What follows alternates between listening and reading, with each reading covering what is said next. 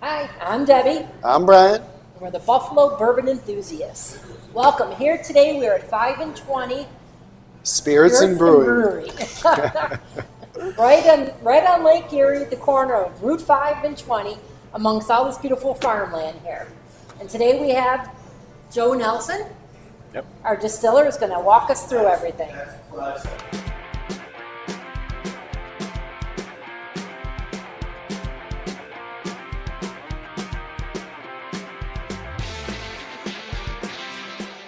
Thanks for having us and putting up with us. No offense by the farm country comment. No, it's great country. It absolutely is grape country. Yes, Now, it is. now I understand this is the only one in New York that does beer, wine, and spirits, right? We were the Distillery? first. I don't know if we're still the only, but we were definitely the first. Very nice. What came first, wine? Well, the Mazza family that owns this operation, they started over 50 years ago. Oh, So wow. Okay. wine was definitely first. Wine and distilling started in New York with Mazza Chautauqua Cellars that was previously in Mayville, New York. And then when we bought this facility, bought the property that this facility now sits on, we put in the grain infrastructure to handle whiskey and beer, and it's been gangbusters ever since. How long have you been here? I've been working for the Mazzas for about 17 years. wow. I don't know. That's a lot. You yeah. do it all, the beer, the wine, and the spirits? I have done it all, yes. In recent years, I have not had to do any harvests, strictly because I'm too busy over here. That's not a bad thing. Yeah. All right, that's not a bad thing. How long have they been doing bourbon and ryes? We started those up in Mayville, so it's been over 10 years now. Okay. wow. You know, a lot of distilleries, when they're up and coming, they start with like gin and vodka because those are so quick turnaround. Do you guys do that here, or was it? Well, we do not. We have a number of partner distilleries that we have their spirits on our shelves. New York specifically, with the farm distilling license, they give you the capability to be able to handle other people's spirits, Okay. which is nice.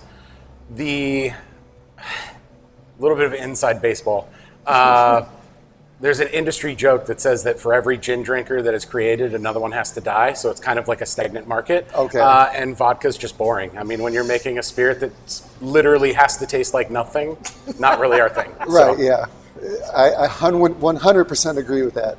So you like the bourbon and all that tasty Yeah, stuff. we started out with eau de vies, so fruit brandies, specifically like Kirsch What did you Foster's. call them? Eau de vie. Oh, dear. Yeah, water of life. So they are like a European style aperitif digestif brandy. Right. 100% fruit mash, locally grown fruits. But they're a hard sell. Really? And then we moved into the grain spirits probably 4 years after I started. Okay. And went from there. You source locally, your grains? Absolutely. So part of the New York farm distillery license is that at least 75% of any of the produce that we use to go into our products has to be from the state of New York. So we're at about 80% right now with the whiskeys, and that's rye and barley, or for the bourbon and the rye rather. What about your barrels and stuff? Where do you get them from? Your So we cooperages? have a number of cooperages. We deal with, I will say we've been paring it down lately. There was a barrel shortage a couple of years ago, and it's been kind of hard to get barrels, or it was kind of hard to get barrels for a while. So we have 2 cooperages that we deal with right now. One is in Minnesota, and one is actually in the Adirondacks. So that's we pretty close to home. get a number. Yep, we get a number of our barrels from New York now. What do you do with the old ones? Do they stay around the wineries here? Or? So we do have our own brewery on site, as was mentioned before, which means that we can actually age some of our beers and even our wines in our used whiskey cooperage. So we do take advantage of that. We also close that loop because we will take those barrels that previously had whiskey, then had either wine or beer, and then we'll sometimes put the whiskey back in. So that is what we call, it's one of our expressions. It's specifically our Now my brain goes blank. That's okay. It's our Deja Vu series. That's yeah, what it I was. saw Well, Yes. you just had a deja vu moment. Yes, exactly. It was a senior moment. Yeah. But so Deja Vu, because we like that idea that it's coming back around to the barrels that it was in Yeah, previously. that's pretty cool. So do you have, and you probably said this, but whiskeys or ryes, I think I saw those. They're finished in possibly stout barrels or things of that nature. That's our Deja Vus. Yeah. So specifically, we have one each for the bourbon and the rye. The rye whiskey is finished in our risky business barrels. Okay. So it goes rye whiskey first, then we put rye pale ale in it. That comes out, it becomes our risky business, which is one of our barrel aged beers. And then we take the rye whiskey and we put it back in that same barrel, and it ages for a little bit more, and it just gives it that extra little character. What are your flagship bourbons? Because I see you got you got a lot of stuff here. Well, I would say that flagship-wise, our ryes are actually our flagships. Yeah. Bourbons sell on the name recognition, and don't get me wrong, our bourbon is fantastic, but we always kind of hung our hat on rye whiskey because that's traditionally what was grown and distilled in this region. So we have probably the more extensive line is our rye line. The bourbon line, though, the one that I like is the Deepwater bourbon is pretty fantastic. That's our premium extra aged bourbon. And then I also like our red wine cask bourbon. I think we just sampled in a blind for our patrons only. We threw your ported rye in there, and we had two other ones, and that one came number one for me. So the port and the sherry, that's actually part of what makes us very special being winery, brewery, and distillery. So we get the Deja Vu series, which we're utilizing the whiskeys and the beer in both sides, but we also have the wine experience, which is nice because when we first started the port and sherry cask finishes, we were like, it's going to be 6 months. We'll have the new product on the shelf. No big deal. And we tried it at 6 months and we were like, no, we cannot put this out. The tannic structure of the wine and everything just created a very astringent character that we had seen in other spirits. And we were like, nope, it needs more time. So we just left it. And it ended up being, I believe the port was an extra 2.5 years and the sherry was 3.5. Yeah, it's nice and it softened it immensely. And originally we thought that we had made a huge mistake. We were like, I don't know what happened, but this is not going to be on the shelf. Right.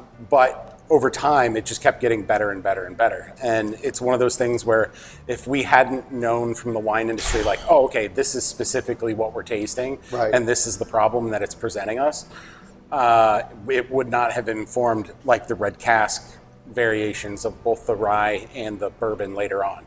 So for the red cask bourbons and rye, we actually specifically picked a varietal grape that is very low tannin, so that it didn't have that problem, so that we would get a lot of that rich grape, that kind of berry character without the tannic structure that kind of caused us problems before. Is that from year to year, or do you change it up every year? Nope, we keep it year. It's always the same varietal because that varietal specifically does not have the thing that caused the problem previously. So we're just sticking with that. It's a varietal called Regan. It's a very, very rich red wine with a very. Is that a local grape? It's grown locally, yeah. Okay. Never heard of it. Let me ask you this. I see on the bottles, SB single barrel. What's the BW stand for? Well, it's actually small batch. A small batch. Yep, small batch bourbon whiskey. And then the other one was rye whiskey. The RW. Yep. Okay. Yep. I would have known that. So Mario is originally, he's our general manager. Mario Mazza. He comes from a chemical engineering background. So originally, all of the labels had like basically a chemical, like formula, I guess you would say, that was like connected to the name of the product. So that's cool. It's a little bit of an inside thing, but yeah. I think of Breaking Bad when you say that. I don't know if you ever saw that show. You mentioned small batch, and that's like such a vague term in the industry. It could be anywhere from like 5 barrels to 200. Yep. Ballpark, like in your small batches, like what are they typically? Are they? Typically, we'll go right around 15 to 20, depending. That's small. It's on like a rotational system because we produce usually about 3 months of any one spirit, and then we'll switch. Okay. That's just to spread out those barrel laydown times in different parts of the year, so that we're getting the best, or a good blend, I'll say, of what we consider our environmental characteristics, which is generally cold. Yeah. Was talking to another distillery, and we were talking about that because the bourbon has to go in and out Yep. of the wood, and they mentioned atmospheric Thermal cycling. Yep. Okay. Yeah. So our main barrel room is actually separated off from the HVAC system for most of the other building. The room does get some ambient heating and cooling, but in general, that room has more temperature swings than any other spot in our warehouse. Okay. I saw in the one bottle you voted top 100 Top spirits. 100. Yeah, Yep. that's awesome. Yeah, so that's the bourbon. We do have a little bit of another announcement on another award coming in for one of our other products. I'm not supposed to say anything about Okay, it right so now. Jinx a little bit of- yourself, yeah. don't jinx yourself. No, it's already in the bag, but yeah, it's not in print yet, so I'm Is it technically a not allowed to whiskey talk. or spirit? Or, Yeah, it's one of our nice, whiskeys. Nice. Yep. I got to tell you, I'm looking forward to trying the ryes, and I'm getting thirsty right now. Can we cut video and then pour some, or are you allowed to drink on the job? It's kind of part of the job, yeah. Okay, good. Can we cut and come back? And can we pour some stuff Yeah. up so we can sip and talk? Absolutely. We just got two more things. Okay. All right. Before we get into the drinking portion of this video, you know what you got to do. What do they got to do, Deb? Smash this button Subscribe to the station. and ring the bell for notification. All right. And in the description, click on the link to the Patreon so you can see what you're getting if you sign up. Exclusive content and exclusive giveaways.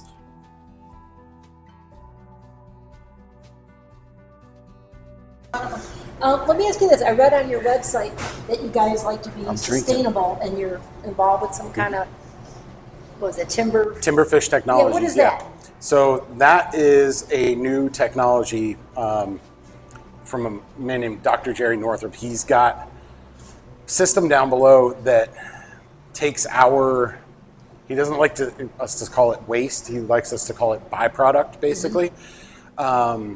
That goes down and that goes into the system, and it basically creates food for microorganisms, which then grow up to feed fish. So it clarifies the water. It actually exceeds the water that comes out of the system actually exceeds what is allowable through the New York State. And it also takes care of the byproduct for us, which is a huge help. Is it sold or given away? No, it's not. So it's currently in kind of a dormant phase. We went through the testing, got kind of like proof of concept and everything. And now they're waiting on another fundraise so that they can expand the system into actual production. Oh, wow, that's pretty cool, though. Yep, That's yeah. really neat. I'll tell you this deja vu rye. You try that one? Now, That's nice. that's the one that's finished in the pale ale. Correct. My first sip, this is going to sound stupid. I know you said we're going to taste melon and everything. I do get that on the front of the palate. And I know you don't have any taste buds on the roof of your mouth, but I was getting the hoppy sensation on the upper back Okay. I'm like, this doesn't make any sense to me. How could I, Some of that could also just be the extra barrel structure because it spent so much extra time in barrel. You can get kind of like a little bit of a bitterness. It's a lot of the barrel structure. okay.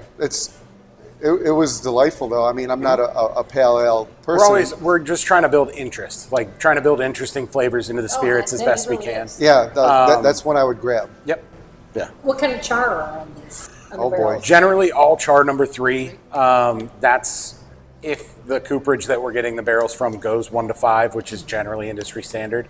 I do have one weirdo that goes 1 to 4, so it's still technically char number 3, but it's a different char number 3. So, Right, yeah.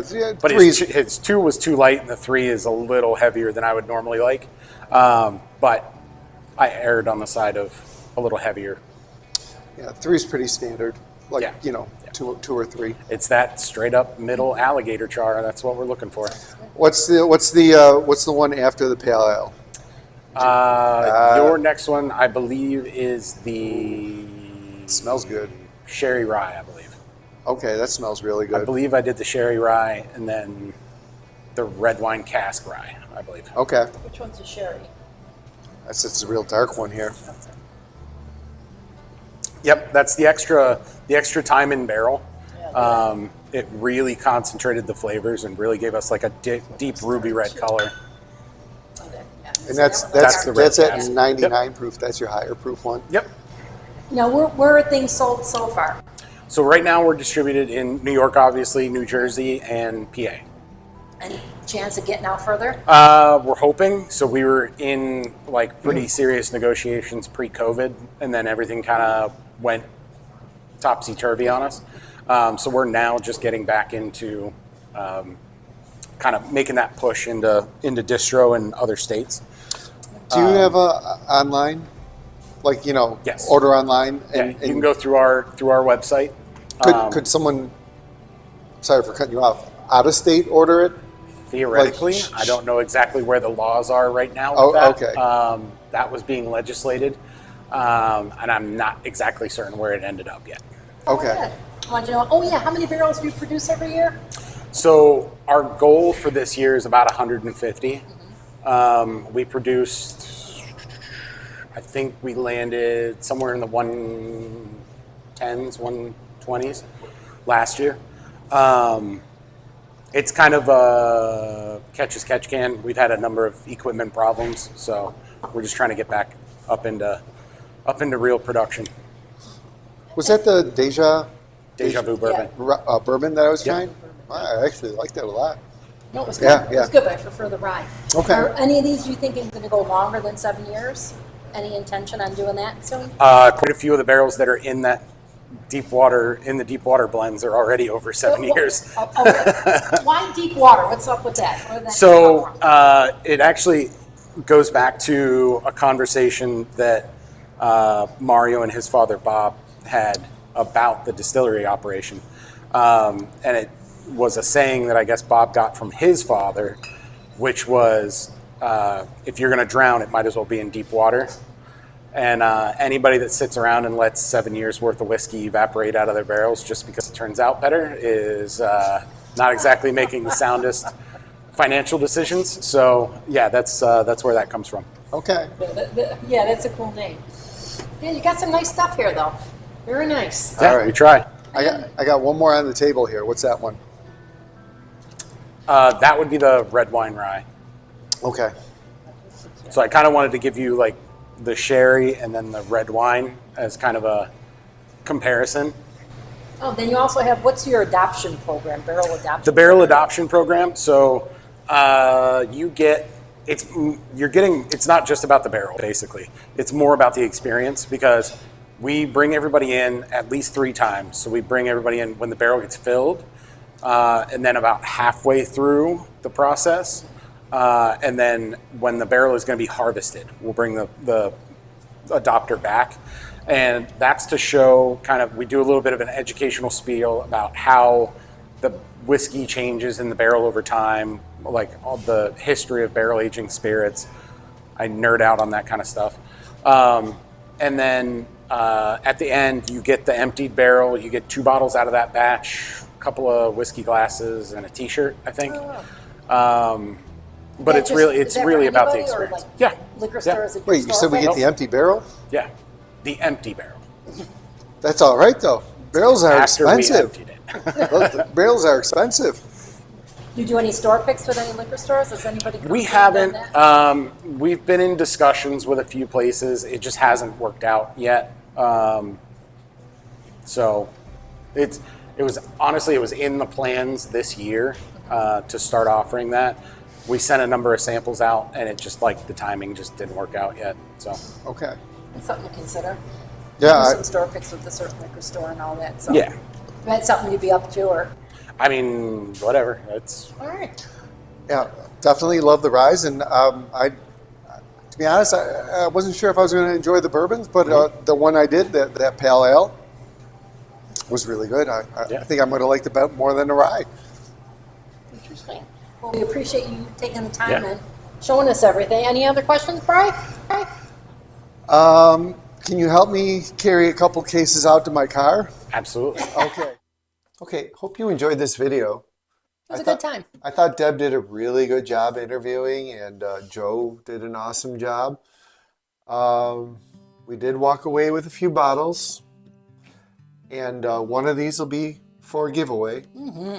It's the Deja Vu series. Do you remember? This is a couple days ago. Do you remember what they were finished in? What kind of one's barrels? a pale ale. They were finished in pale ale, and they were very interesting. Yeah, the rye interests me more than the bourbon. Yeah, the rye is definitely more complex, but the bourbon was Good. easy Very drinking good. for me. So I hope you enjoyed this. It's a little different content Get out for there, go us. check them out. 5 and 20. It's at 5 and 20, Route 5 and Route 20. Westfield, New York. Okay, leave a comment below on this video, or if you've had their products. And remember, bourbon is for sharing. Share this video. And we appreciate you watching. Thank you.